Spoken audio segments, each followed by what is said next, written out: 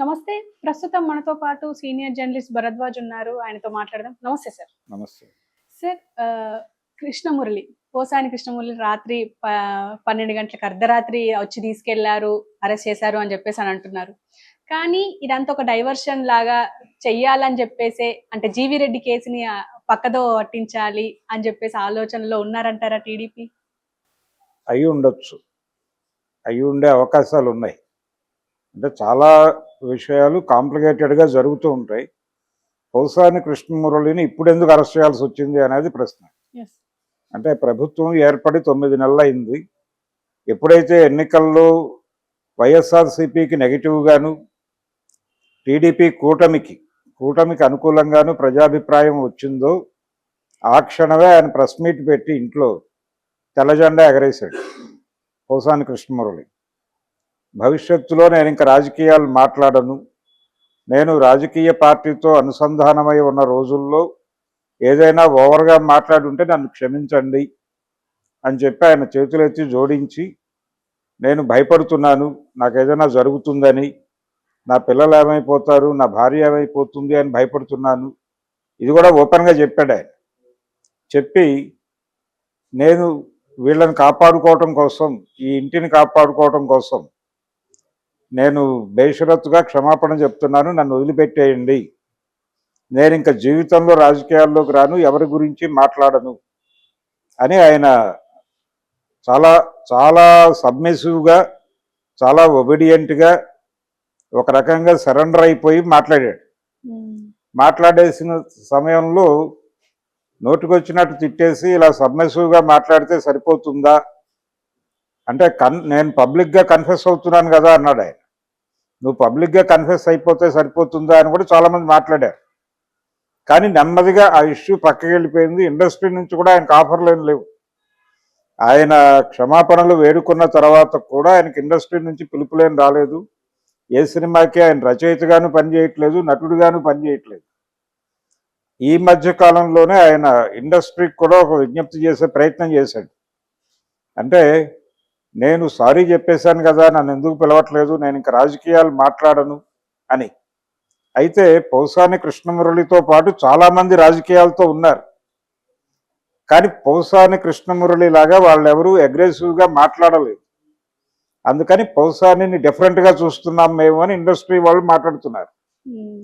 పోసాని దూకుడు ఏ స్థాయిలో పెంచాడంటే, ఆయన తెలుగుదేశం పార్టీ నాయకుల్ని మాత్రమే కాదు, చంద్రబాబుని, అలాగే లోకేష్ని, పవన్ కళ్యాణ్ని మాత్రమే కాదు, రామోజీరావు గారిని, అలాగే రాధాకృష్ణ గారిని, వీళ్ళందరినీ కూడా టార్గెట్ చేసి మాట్లాడేవాడు.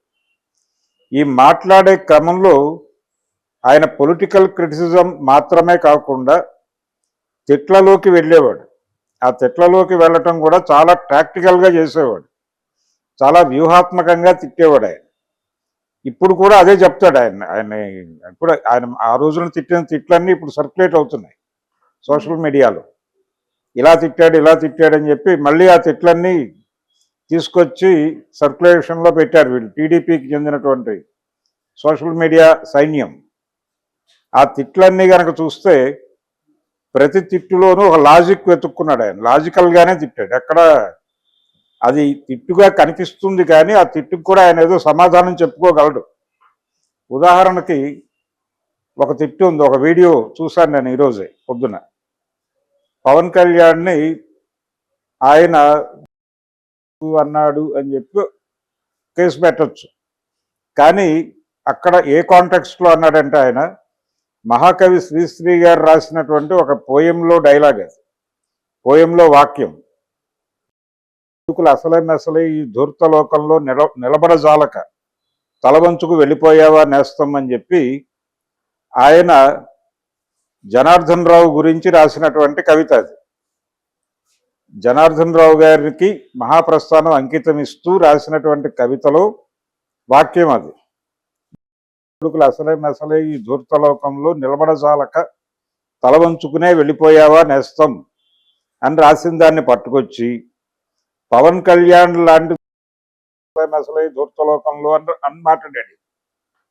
ఇప్పుడు అక్కడికి తీసుకెళ్లి విచారణలో నువ్వు పవన్ కళ్యాణ్ ఇలా తిట్టావు అంటే అది నా తిట్టు కాదండి, మహాకవి శ్రీశ్రీ గారి పోయంలోంచి ఆ వాక్యం తీసి ఇక్కడ ఉటంకించాను తప్ప నాకేం తెలియదు అంటాడు ఈయన. ఇలాంటివే దాదాపు ఆయన తిట్టిన తిట్లన్నీ.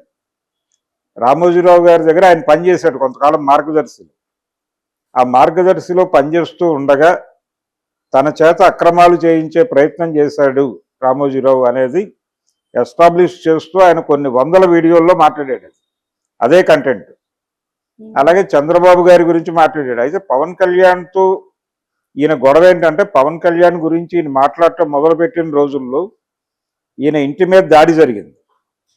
అది పవన్ కళ్యాణ్ అభిమానులే చేశారు అని చెప్పి ఆయన ఇంకొంచెం డోస్ పెంచి తిట్టడం మొదలుపెట్టాడు.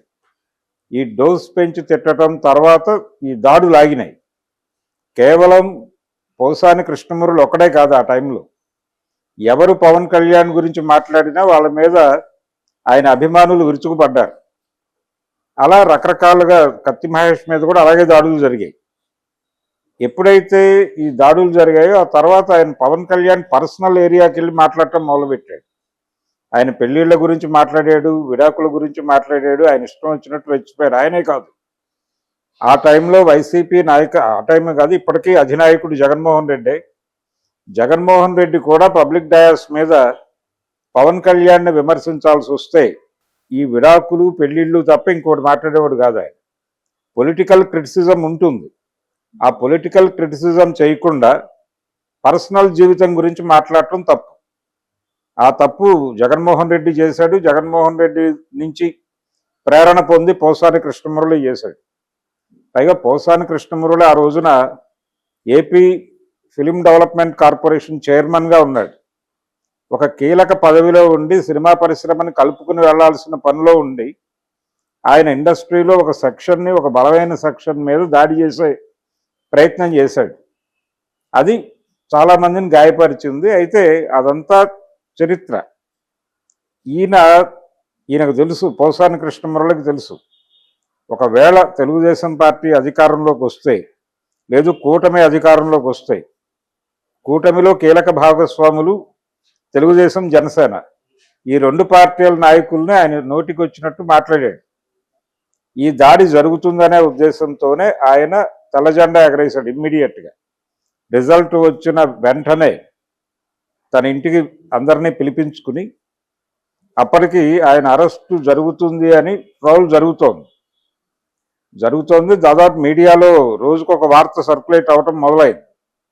ఈ క్రమంలోనే ఈయన తెల్లజెండా ఎగరేసి క్షమాపణలు చెప్పేసి ఇంక నాకే సంబంధం లేదు అని చెప్పి తప్పుకునే ప్రయత్నం చేశాడు.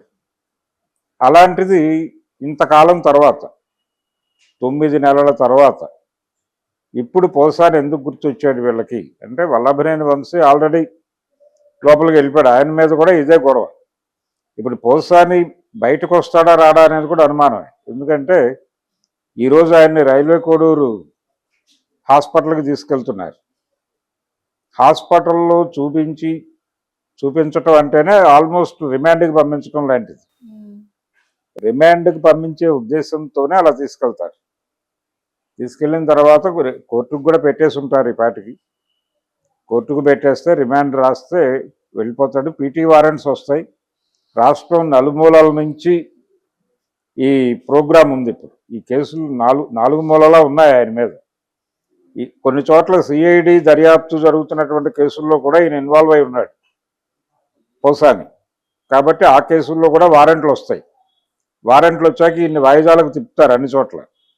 ఈ అన్ని కేసుల్లో అన్ని కోర్టుల్లోనూ బెయిళ్లు తీసుకుని అన్ని చోట్ల షూరిటీలు పెడితే తప్ప బయటకు రాని ఒక పరిస్థితి క్రియేట్ చేశారు అతను. కాబట్టి పోసాని ఇమ్మీడియట్గా ఈరోజే బయటకు వచ్చేస్తాడని చెప్పలేము. ఈరోజు రాకపోవచ్చు, బెయిల్ వచ్చే అవకాశం ఉంది, కానీ మిగిలిన కేసుల్లో కూడా రావాలి. అప్పుడు మాత్రమే బయటకు వస్తాడు. ఈ ప్రోగ్రాం అంతా దేనికి జరుగుతోంది? ఆల్రెడీ వైసీపీ దాడి మొదలుపెట్టింది. ఇది జీవిరెడ్డి కూడా ఆల్రెడీ ఆయన వెనక్కి లాక్కొచ్చే ప్రయత్నం ఒకటి జరుగుతోంది. ఆయన్ని తిరిగి టీడీపీ వైపు అట్రాక్ట్ చేసే ప్రయత్నం జరుగుతోంది. ఆయన నో చెప్తున్నాడు. పైగా చంద్రబాబు మీద కొంచెం హార్ష్గానే మాట్లాడుతున్నాడు ఆయన అనేది వినిపిస్తోంది. ఇవి బయటకు రాకుండా ఉండటం కోసమే ఇప్పుడు పోసాని అరెస్ట్ జరిగింది అనేది అలా జరిగి ఉంటుంది అనుకోవడానికి బలమైన ఆధారం అయితే ఉంది. డెఫినెట్గా పోసాని చేసింది చిన్న తప్పేం కాదు, అది పెద్ద తప్పే. ఆయన కాన్స్టిట్యూషనల్ వైలేషన్ కూడా పాల్పడ్డాడు. ఆయనే కాదు, జగన్మోహన్ రెడ్డి కూడా. అంటే విడాకుల గురించి పెళ్లిళ్ళ గురించి మాట్లాడటం కాన్స్టిట్యూషనల్ వైలేషన్. చట్టం ఇచ్చిన పరిధి మేరకు అవకాశాలను ఉపయోగించుకునే చేశాడు ఆయన. పవన్ కళ్యాణ్ పెళ్లిళ్ళ గురించి విడాకుల గురించి మాట్లాడటం అంటే చట్టాన్ని వ్యతిరేకించి మాట్లాడటం, అది తెలియట్లేదు వాళ్ళకి. కాబట్టి బలమైన కేసు పెట్టడానికి అవకాశం ఉంది. అంటే కాన్స్టిట్యూషనల్ వైలేషన్ అనే లెవెల్లో కేసు కనుక పెడితే ఇప్పట్లో బయటకు రాడు. అంత బలమైన కేసులు పెడతారా లేదా అనేది చూడాలి. అయితే పోసాని ఈ లోపే మాట్లాడుకుంటాడు, డీల్ మాట్లాడుకుంటాడు. అయ్యా నన్ను ఏం చేయమంటారో చెప్పండి, అది చేసేస్తాను. ఏం మాట్లాడమంటారో చెప్పండి, అది చేస్తాను. అండర్టేకింగ్ రాయటానికి సిద్ధపడి ఉన్నాడు ఆయన. అండర్టేకింగ్ రాయించుకుని అతను వదిలిపెట్టేసే అవకాశాలు కూడా ఉన్నాయి. కానీ ఎందుకు ఇప్పుడు ఈ గొడవ చేస్తున్నారు అంటే ఖచ్చితంగా జీవీ రెడ్డి వ్యవహారాన్ని డైవర్ట్ చేయడం కోసమే అని కొంతమంది మాట్లాడుతున్నారు. అదొకటే కాదు, తెలుగుదేశం పార్టీ లోపల ఉన్నటువంటి అసంతృప్తిని కూడా కంట్రోల్ చేయటం కోసం అనేది ఒక ప్రోగ్రాం. అంటే ఈ అరెస్టులు జరిగి తీరాలి, చాలా మందిని అరెస్ట్ చేయాలి అని చెప్పి ఒక డిమాండ్ ఉంది. అంటే వైసీపీ టైంలో తెలుగుదేశం పార్టీ మీద దాడులు చేసిన వాళ్ళని మనం ఉపేక్షించాలా, పగ తీర్చుకోవద్దా, పగ పచ్చిగానే ఉంది ఇంకా అని మాట్లాడుతున్న వాళ్ళు ఉన్నారు అక్కడ.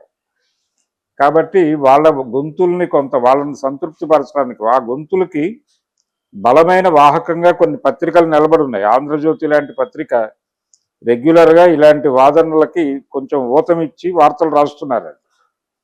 అందుకని వీళ్ళని కొంత కంట్రోల్ చేయటం అనే ప్రోగ్రాం కూడా ఉంది అరెస్ట్ వెనకాల. మేము ఎవరిని ఉపేక్షించం. నెక్స్ట్ రోజా అంటున్నారు, నెక్స్ట్ రోజా, తర్వాత గుడివాడ కొడాలి నాని, వీళ్ళందరూ ఉన్నారు లైన్లో. చివరి వరుసలు అంటే లాస్ట్ పేరుగా ఆయనది వినిపిస్తోంది మచిలీపట్నం నాని, పేరుని నాని. ఆళ్ల నాని ఆల్రెడీ తలజెండా ఎగరేసి వెళ్ళిపోయాడు కాబట్టి అతన్ని ఇరికించకపోవచ్చు. కానీ ఈ ఇద్దరు నానీలకి అయితే ఉంది, గ్యారంటీగా వాళ్ళిద్దరూ రాడార్లో ఉన్నారు అనే మాట వినిపిస్తోంది. కానీ ఇమ్మీడియట్గా జరగదేమో అనుకుంటున్నాను నేను. అంటే ఏదో ఒక ప్రయోజనం ఉంటే తప్ప అరెస్టులు చేయట్లేదు చంద్రబాబు నాయుడు గారు.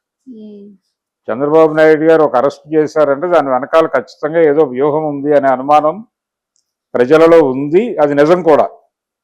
ఈ అరెస్టు కూడా వ్యూహాత్మకంగానే చేశారు వాళ్ళు.